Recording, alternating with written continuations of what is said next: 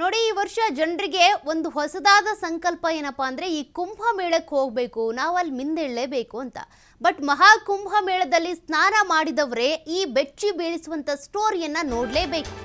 ಈಗಾಗಲೇ ಅನೇಕರು ಬೇರೆ ಬೇರೆ ರಾಜ್ಯ ದೇಶಗಳಿಂದ ಬಂದು ಈ ಕುಂಭಮೇಳದಲ್ಲಿ ಮಿಂದೆದ್ದು ಹೋಗಿದ್ದಾರೆ. ಅವ್ರು ಈ ಸ್ಟೋರಿಯನ್ನ ನೋಡಲೇಬೇಕು. ಜೊತೆಗೆ ಇನ್ನು ಹೋಗಬೇಕು ಅಂತ ಅನ್ಕೊಂಡಿರ್ತೀರಾ, ಪ್ಲಾನ್ ಮಾಡ್ಕೊಂಡಿರ್ತೀರಲ್ಲ, ಅವರು ಕೂಡ ಖಂಡಿತವಾಗಿ ನೋಡಬೇಕು. ನೀವೇನಾದ್ರೂ ತ್ರಿವೇಣಿ ಸಂಗಮದಲ್ಲಿ ಸ್ನಾನ ಮಾಡಲೇಬೇಕು ಅಂತಿದ್ರೆ, ಅಕಸ್ಮಾತ್ ಮಾಡಿದ್ರೆ ಕಾಯಿಲೆ ಅಂತೂ ಫಿಕ್ಸ್ ಆಗಿ ಬರುತ್ತೆ. ಪ್ರಯಾಗ್ರಾಜ್ನ ಗಂಗಾ ಯಮುನಾ ನೀರು ಸ್ನಾನಕ್ಕೆ ಯೋಗ್ಯವಲ್ಲ ಅನ್ನುವಂತ ಒಂದು ವರದಿ ಈಗ ಬಹಿರಂಗಗೊಂಡಿದೆ. ಪ್ರಯಾಗ್ರಾಜ್ನ ನೀರಿನಲ್ಲಿ ಹೆಚ್ಚಿನ ಮಟ್ಟದಲ್ಲಿ ಬ್ಯಾಕ್ಟೀರಿಯಾಗಳು ಪತ್ತೆಯಾಗಿವೆ ಅಂತೆ. ಮಹಾಕುಂಭ ಮೇಳದ ನಡುವೆಯೇ ಆಘಾತಕಾರಿ ವರದಿ ಈಗ ಬಹಿರಂಗ ಆಗಿದೆ. ಆತಂಕಕಾರಿ ವರದಿಯನ್ನ ನೀಡಿರೋದು ಕೇಂದ್ರ ಮಾಲಿನ್ಯ ನಿಯಂತ್ರಣ ಮಂಡಳಿ. ಹಾಗಾಗಿ ಎಲ್ರಿಗೂ ಒಂದು ರೀತಿಯಾಗಿ ಬೆಚ್ಚಿ ಬೀಳಿಸುವ ವರದಿ ಇದು. ರಾಷ್ಟ್ರೀಯ ಹಸಿರು ನ್ಯಾಯಾಧೀಕರಣಕ್ಕೆ ವರದಿ ಸಲ್ಲಿಸಿದೆ ಮಂಡಳಿ. ಮಹಾಕುಂಭಮೇಳ ಆರಂಭದ ದಿನವೇ ನೀರಿನ ಸ್ಯಾಂಪಲ್ ಪರೀಕ್ಷೆ ಮಾಡಿದ್ರು. ಪ್ರಯಾಗ್ರಾಜ್ನ ನೀರಿನಲ್ಲಿ ಹೆಚ್ಚಿನ ಮಟ್ಟದಲ್ಲಿ ಬ್ಯಾಕ್ಟೀರಿಯಾ ಪತ್ತೆಯಾಗಿದೆ. ವರದಿ ಪರಿಶೀಲಿಸಿದ್ದಾರೆ ನ್ಯಾಯಾಧೀಕರಣದ ನ್ಯಾಯಮೂರ್ತಿಯಾಗಿರುವಂತ ಪ್ರಕಾಶ್ ಶ್ರೀವಾಸ್ತವ್ ಅವರು. ಇವತ್ತು ಕೂಡ ವರದಿ ಬಗ್ಗೆ ವಿಸ್ತೃತ ವಿಚಾರಣೆ ನಡೆಸ್ತಾ ಇರೋದು ಎನ್ಜಿಟಿ. ಈವರೆಗಿನ ತ್ರಿವೇಣಿ ಸಂಗಮದಲ್ಲಿ ಒಟ್ಟು 54 ಕೋಟಿ ಜನರು ಪುಣ್ಯ ಸ್ನಾನವನ್ನ ಮಾಡಿದ್ದಾರಂತೆ. ಪುಣ್ಯ ಸ್ನಾನ ಅನ್ನೋದು ಮಿಂದೇಳ್ಬೇಕು ಅನ್ನೋದು ಅವರವರ ನಂಬಿಕೆ. ಬಟ್ ವೈಜ್ಞಾನಿಕವಾಗಿ ಇಲ್ಲಿ ನೋಡೋದಕ್ಕೆ ಹೋದ್ರೆ, ಅಲ್ಲಿ ನೀವು ಹೋಗಿ ಮಿಂದೆದ್ದು ಬಂದ್ರಿ ಅಂದ್ರೆ ಅನೇಕ ಕಾಯಿಲೆಗಳು ನಿಮ್ಗೆ ಅಂಟ್ಕೊಳ್ತಾ ಇವೆ. ಯಾಕೆಂದ್ರೆ 54 ಕೋಟಿ ಜನರು ಆ ತ್ರಿವೇಣಿ ಸಂಗಮದಲ್ಲಿ ಮಿಂದೆದ್ದಿದ್ದೀರ ಅಂದ್ರೆ ಆ ನೀರಿಗೆ ಎಷ್ಟು ಕಲುಷಿತ ಆಗಿರ್ಬೇಡ, ಎಷ್ಟು ಬ್ಯಾಕ್ಟೀರಿಯಾಗಳಲ್ಲಿ ಉತ್ಪತ್ತಿ ಆಗಿರ್ಬೇಡ. ಪ್ರತಿನಿತ್ಯ ಸರಾಸರಿ 80 ಲಕ್ಷದಿಂದ 1 ಕೋಟಿ ಜನರು ಪುಣ್ಯ ಸ್ನಾನ ಮಾಡ್ತಾನೆ ಇದ್ದಾರೆ. ಇನ್ನು 7 ದಿನಗಳ ಕಾಲ ಈ ಮಹಾಕುಂಭ ಮೇಳ ನಡೆಯುತ್ತೆ.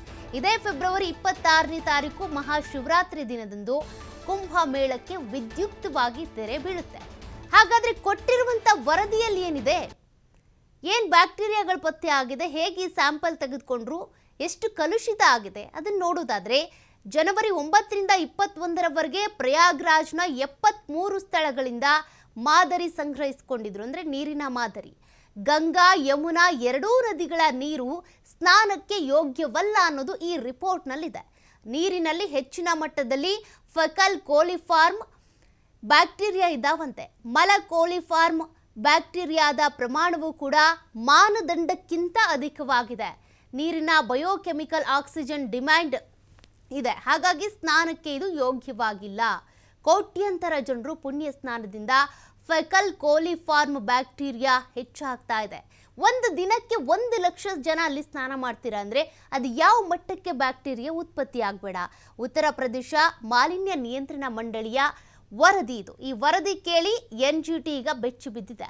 ನೀರಿನ ಗುಣಮಟ್ಟ, ತ್ಯಾಜ್ಯ, ನೀರಿನ ಶುದ್ಧೀಕರಣ, ತ್ಯಾಜ್ಯ ನಿರ್ವಹಣೆ ಬಗ್ಗೆ ಮಾಹಿತಿ ಕೇಳಿದೆ. ಜನರಿಷ್ಟು ಜನ ಬಂದು ಇಲ್ಲಿ ಮಿಂದೇಳ್ತಿದಾರಲ್ಲ, ನೀವು ಏನೇನು ಎಚ್ಚರಿಕೆಯನ್ನು ವಹಿಸ್ತಿದ್ದೀರಾ, ಏನು ಕ್ರಮಗಳನ್ನು ತೆಗೆದುಕೊಂಡಿದ್ದೀರಾ, ಹೇಗೆ ಶುದ್ಧೀಕರಣ ಆಗುತ್ತೆ, ಅದ್ರ ಬಗ್ಗೆ ಮಾಹಿತಿ ಕೊಡಿ ನೀವು ಅಂತ. ಇವತ್ತಿನ ವಿಚಾರಣೆಗೆ ಯುಪಿ ಮಾಲಿನ್ಯ ನಿಯಂತ್ರಣ ಮಂಡಳಿಯ ಅಧಿಕಾರಿಗಳ ಹಾಜರಿಗೆ ಸಮನ್ಸನ್ನು ಕೊಟ್ಟಿದ್ದಾರೆ. ಧಾರ್ಮಿಕ ಸಮ್ಮೇಳನದ ವೇಳೆ ನೀರಿನ ಗುಣಮಟ್ಟವನ್ನು ಕಾಪಾಡಬೇಕಾಗುತ್ತೆ. ಹಿಂದಿನಿಂದನೂ ಕೂಡ ಎನ್ಜಿಟಿ ಸೂಚನೆ ಕೊಟ್ಟಿದೆ. ಬಟ್ ಅದ್ಯಾವುದು ಇಲ್ಲಿ ಮಾನದಂಡಗಳ ಪ್ರಕಾರ ನಡೀತಾ ಇಲ್ಲ. ಓಕೆ, ಮಾನದಂಡ ಏನಿದೆ, ಯಾಕೆ ಇವರು ಆ ರೀತಿಯಾಗಿ ನಡ್ಕೊಳ್ತಿಲ್ಲ? ಆ ಮಾನದಂಡಗಳನ್ನು ನೋಡೋದಾದ್ರೆ, ಸಾಮಾನ್ಯ ದಿನಗಳಲ್ಲಿ 1 ಮಿಲಿಲೀಟರ್ ನೀರಿನಲ್ಲಿ 100 ಬ್ಯಾಕ್ಟೀರಿಯಾಗಳಿರಬೇಕು. ಆದರೆ ಅಮೃತ ಸ್ನಾನಕ್ಕೆ ಕೇವಲ 1 ದಿನ ಮೊದಲು ಯಮುನಾ ನೀರಿನಲ್ಲಿ ಅತ್ಯಧಿಕವಾದಂಥ ಈ ಬ್ಯಾಕ್ಟೀರಿಯಾಗಳು ಪತ್ತೆಯಾಗಿದೆ. ಯಮುನಾ ನದಿಯ ನೀರಿನ ಮಾದರಿಯಲ್ಲಿ ಸ್ಯಾಂಪಲ್ ತೆಗೆದುಕೊಂಡಿದ್ರಲ್ಲ, ಅದರಲ್ಲಿ ನೋಡೋದಾದ್ರೆ ಈ ಫೀಕಲ್ ಕೋಲಿಫಾರ್ಮ್ ಅನ್ನುವಂಥ ಬ್ಯಾಕ್ಟೀರಿಯಾ ಏನಿದೆ 2300 ಬ್ಯಾಕ್ಟೀರಿಯಾಗಳು ಪತ್ತೆಯಾಗಿರೋದು. ಇನ್ನು ಗಂಗಾ ನೀರಿನ ಸ್ಯಾಂಪಲ್ ತೆಗೆದುಕೊಂಡಾಗ ಒಟ್ಟು ಫೀಕಲ್ ಕೋಲಿಫಾರ್ಮ್ ಬ್ಯಾಕ್ಟೀರಿಯಾ 4700 ಪತ್ತೆಯಾಗಿದೆ.